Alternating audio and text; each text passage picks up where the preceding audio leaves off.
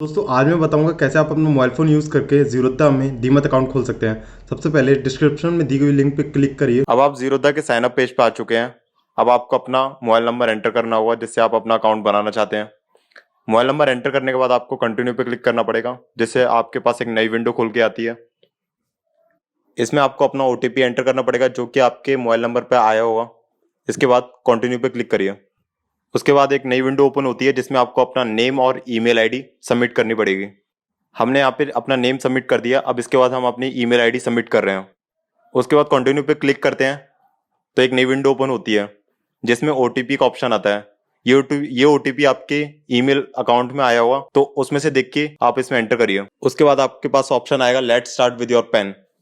फिर आपको अपना पैन कार्ड नंबर एंटर करना है। पैन कार्ड नंबर डालने के बाद नीचे ऑप्शन आता है डेट ऑफ बर्थ का। उसमें आप अपना डेट ऑफ बर्थ डालिए जो कि पैन कार्ड पे मेंशन होता है।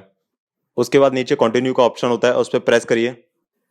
इसके बाद पेमेंट विंडो ओपन होती है जिसमें आपको अपनी अकाउंट ओपनिंग फीस पेमेंट करनी पड़ेगी। यहाँ पर दो ऑप्शन आते हैं, इक्विटी और कमोडिटी। इक्विटी की फीस होती है 200 एंड कमोडिटी की फीस होती है 100। अगर आपको इक्विटी का अकाउंट खोलना है तो फिर कमोडिटी को अनटिक कर देते हैं।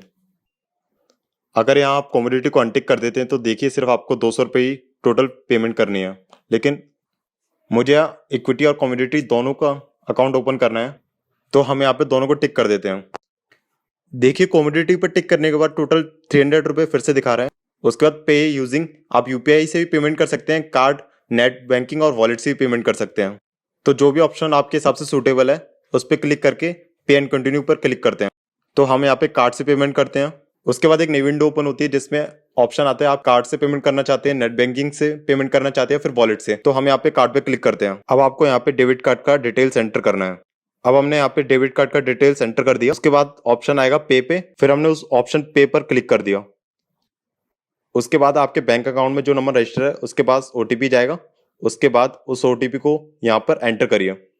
ओटीपी एंटर करने के बाद आपको पे 300 पर क्लिक करना है। उसके बाद आपका पेमेंट यहाँ पे हो जाएगा। उसके बाद एक नया पेज ओपन होगा जिसमें आपको अपनी प्रोफाइल भरनी है। सबसे पहले ऑप्शन आता है मैरिटल स्टेटस। अगर आप सिंगल है तो सिंगल पे क्लिक कर दीजिए, अगर आप मैरिड है तो मैरिड पे क्लिक कर दीजिए। सबसे पहले यहाँ पे मदर्स नेम एंटर करते हैं। उसके बाद आपको अपना एनुअल इनकम शो करना होगा। जो भी आपकी एनुअल इनकम है उसी हिसाब से ऑप्शन पे क्लिक करिए। उसके बाद आपको एक क्लासिफिकेशन का बॉक्स मिलेगा, उस पर क्लिक करना है। इसमें आप अगर फार्मर प्रोड्यूसर ऑर्गेनाइजेशन से हैं या फिर आप वैल्यू चेन पार्टिसिपेंट से या फिर अदर से हैं, आप जो उस हिसाब से आप क्लिक करिए। उसके बाद आपको ऑक्यूपेशन चूज करना होगा। ये सब फॉर्मेलिटीज है, आप खुद भी चूज कर सकते हैं। फिर उसके बाद आर यू पॉलिटिकली एक्सपोज्ड और नॉट, ये सब भरने के बाद आपको कंटिन्यू पे क्लिक करना है।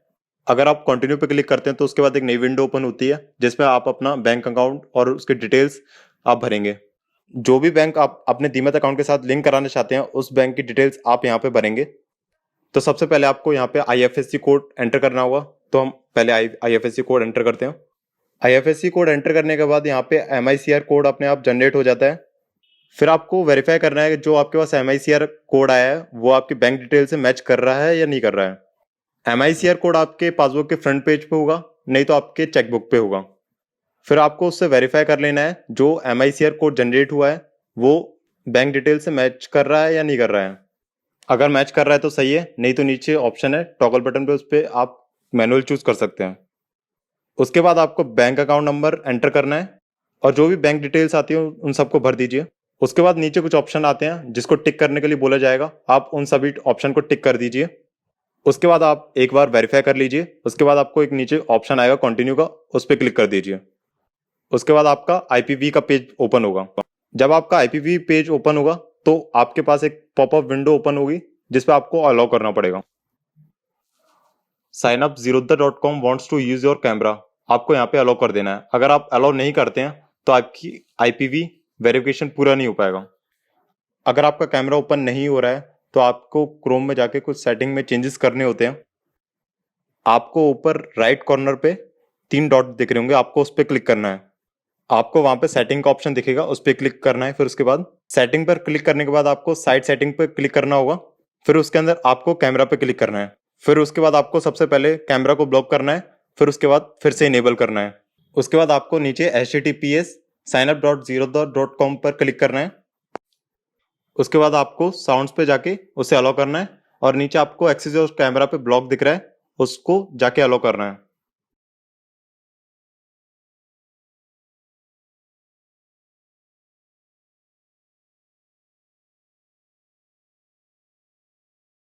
अलाउ करने के बाद आप उसी पेज पे वापस चले जाइए, जीरोधा वाले पेज पे। फिर आप इस पेज को रिलोड कर लीजिए। फिर जैसे ही आपका पेज रिलोड होगा वैसे ही आपका कैमरा वर्क करने लग जाएगा। कैमरा ओपन करने के बाद आपको प्रोसेस पूरा करना है। ऊपर जो सैंपल दिख रहा है और कोड दिख रहा है, उसी सैंपल को देख के आपको उसी हिसाब से फोटो खिंचवाना है। आपको दिए हुए कोड को व्हाइट पेज पे लिखना है और काफी बड़े लेटर्स पे लिखना है ताकि वो अच्छी तरीके से दिख सके। उसके बाद आपको कैप्चर पे क्लिक करना है। फोटो कैप्चर होने के बाद आपको कंफर्म पे क्लिक करना है। अगर सब कुछ ओके है तो आप कंफर्म पे क्लिक कर सकते हैं, नहीं तो आप रीडू कर सकते हैं।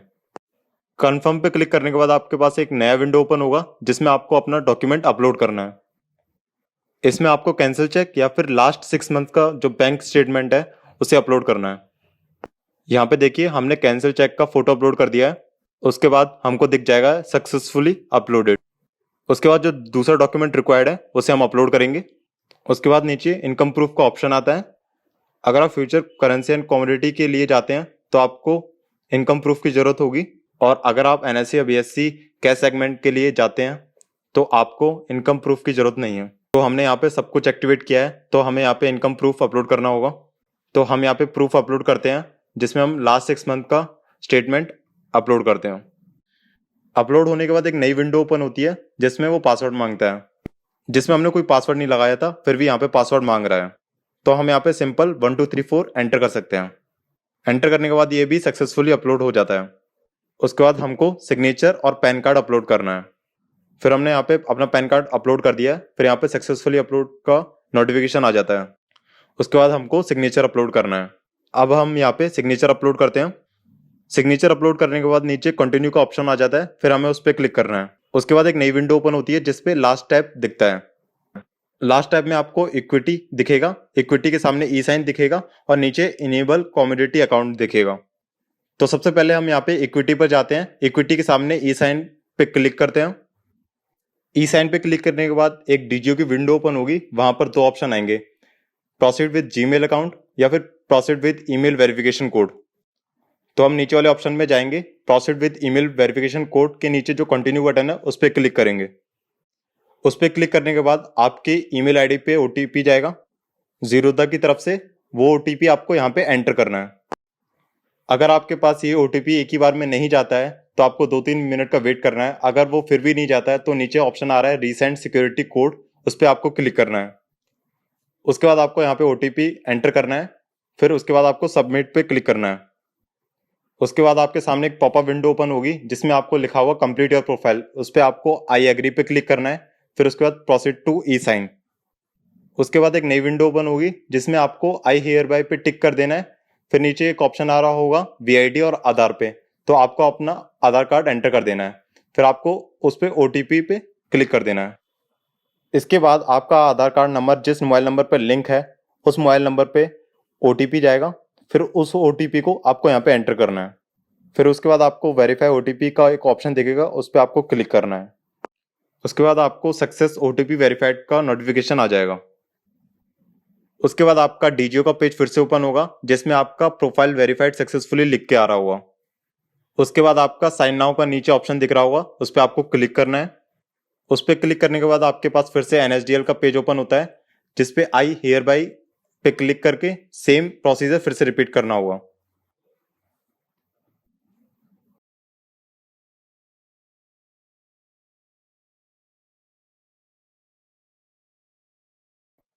उसके बाद आपके पास एक नई विंडो ओपन होगी जिसमें साइंड सक्सेसफुली लिख के आ रहा होगा और नीचे लिखा होगा do not close the window, it will close automatically, जिसमें आपको विंडो क्लोज नहीं करनी है, ये अपने आप क्लोज हो जाएगी और आपका इक्विटी ई साइन का प्रोसीजर कंप्लीट हो जाएगा। फिर आपको कमोडिटी ई साइन करना होगा अगर आपको कमोडिटी ई अकाउंट ओपन कराना चाहते हैं तो। अगर आप सिर्फ इक्विटी का अकाउंट ओपन कराना चाहते हैं तो आपका यहाँ पर ही प्रोसीजर खत्म हो जाता है। लेकिन बहुत बार ऐसा होता है कि ये पेज ऑटोमेटिकली क्लोज नहीं होता है, तो इस कंडीशन में आपको इस पेज को क्लोज कर देना है और इनकॉग्निटो विंडो ओपन करनी है। उसके बाद आप signup.zerodha.com पे जाएंगे, वहां पे अपना मोबाइल नंबर एंटर करेंगे। मोबाइल नंबर एंटर करने के बाद ओटीपी आएगा, फिर आप उस ओटीपी को वहां पे डालेंगे। ओटीपी डालने के बाद डीजी वाला विंडो फिर से ओपन हो जाएगा, फिर वहां पे आपका प्रोसीजर पूरा कंप्लीट हो जाएगा। स्टॉक मार्केट के इस बिगिनर टू एडवांस सीरीज में आगे जानने के लिए सब्सक्राइब कीजिए फाइनेंस मिनट इजी को।